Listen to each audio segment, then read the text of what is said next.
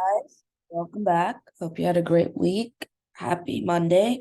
So last week we saw the breakout held, right? And with the Fed coming in and expected, the market, pushed higher. So yeah, I mean, most people are kind of expecting this chart, right? Where every day probably gets bought and over 4,200, the market very likely heads towards 4,355 and then 4,400 eventually.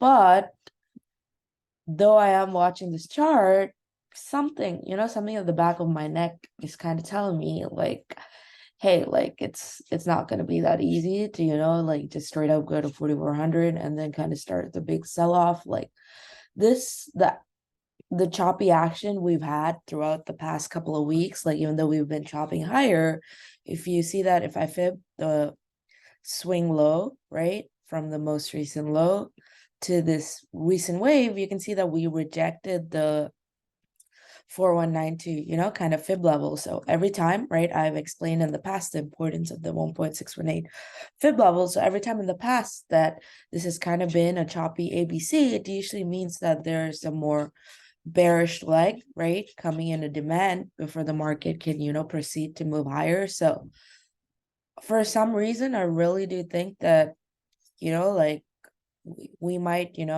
go up, reject, and have like kind of 5 waves to the downside before, kind of push towards 4,400, 4,450, right? To finish off this B wave.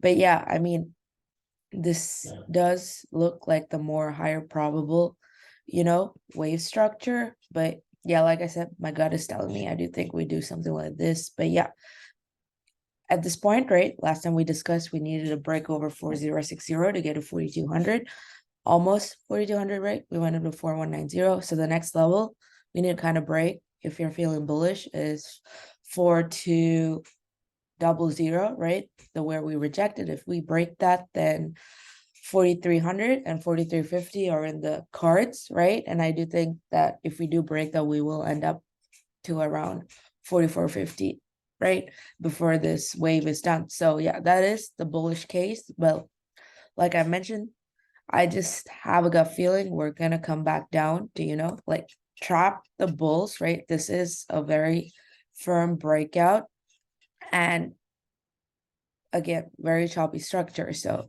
I do think that we could end up trapping all these bulls, who kind of FOMOed in, thinking that this was the breakout, right? Come back to demand, make them sell, etc. And then you kind of have that more bullish rally. Again, a reason for that could be the dollar, right?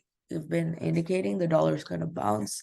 We had that fake breakdown and massive bounce on the dollar, which could, again, a dollar bounce could mean some equity weakness. But we've been talking about the dollar. We've seen multiple fake breakouts. So I wouldn't really be looking at it. I'd be more looking at, levels below 4,076. It does, have a gap to fill at 39.50 and above 4,200. Again, there's barely any volume shelf to, restrict it, to 4,300, 4,350. So yeah, let's do it level by level. Some of the factors like the dollar, like the yields, could, play some importance on causing bullish or bearishness. So it is important to kind of keep your eye on it. And yields, again, an ABC formation, right? So same as the index, what, kind of is the 1.618 fib. It, moves up all the way to 3.742. So again, the yields do have like 0.2% left to go. So again, could continue some. And it does, kind of look like some kind of bull flag forming. It's kind of what I'm thinking, bigger picture. So let's kind of see if we just kind of go sideways like this, right, before the fifth leg higher. And obviously we know that we have discussed wicks, right, and how it's been on extreme levels, and kind of same as the dollar, right? We did kind of have that fake breakout and it kind of getting bought. And we've seen, right, what happens on fake breakdowns. Generally, it means it does have a more intense reversal coming. Again, one of the main reasons why I kind of, of the opinion that kind of gonna do the, where did I do this? Kind of gonna do the 1, 2, 3, 4, 5, right? Did I do SPF? Oh, I did. Yes, yeah, sorry. I have like multiple variations of the same thing just to, kind of keep track, whichever googly the market kind of wants to throw on us. But yeah, my gut kind of tells me we do something like this, right? But the chart, so far has been textbook. So as long as 4076 holds, right? What was the low on ES? The low was around 4100, right? Still holding 4076.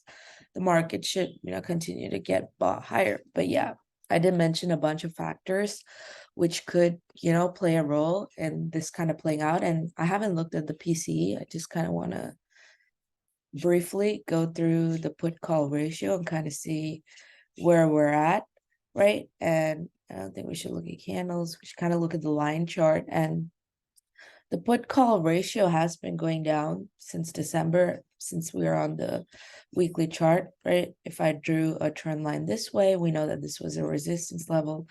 I draw a trend line this way, we know this kind of is a support level. So, I mean, put call ratio wise, right?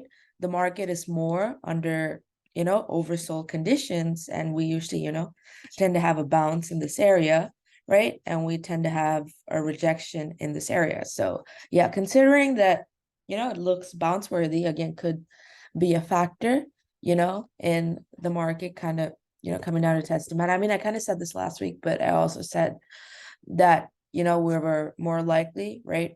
Depends on the levels. Like at this point, like it's more important to see what kind of levels hold versus assumptions you're making. So yeah, below 4070, we're going to 3950.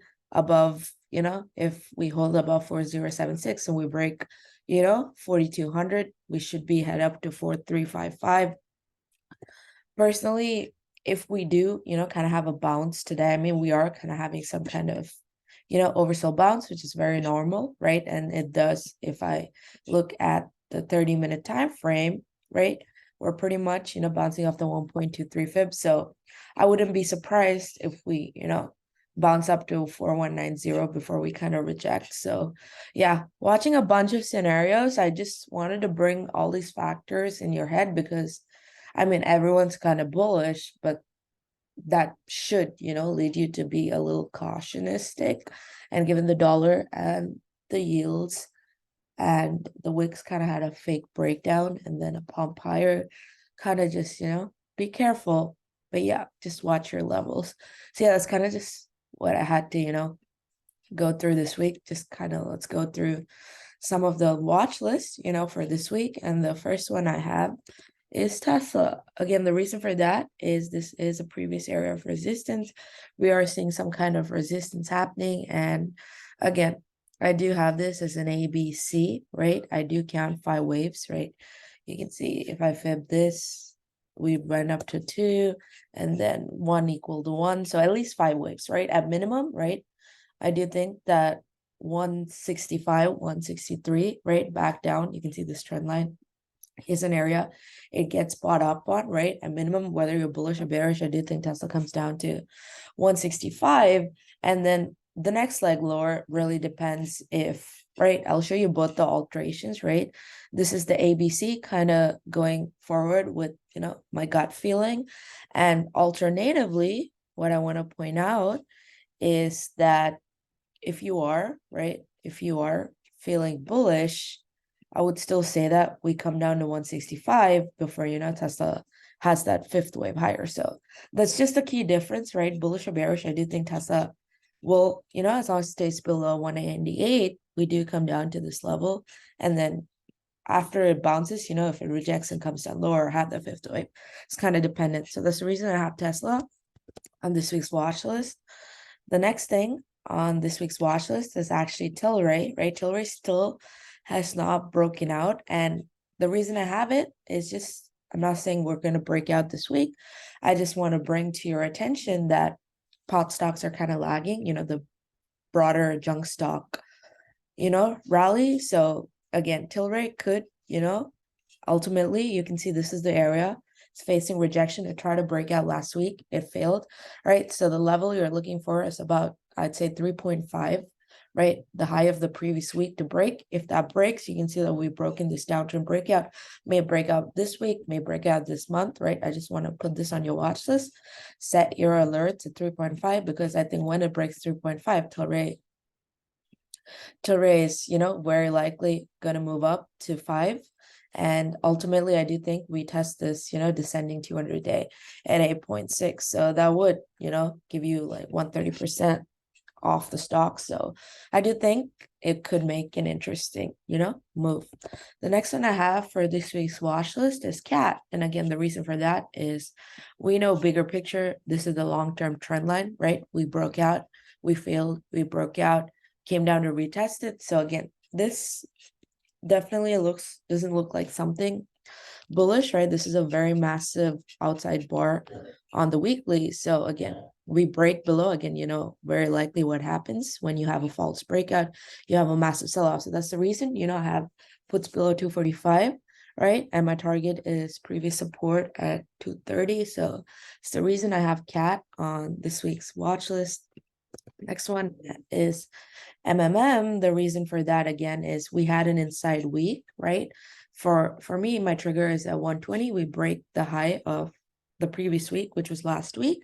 Then I think, we move up to 130 and even 135, right?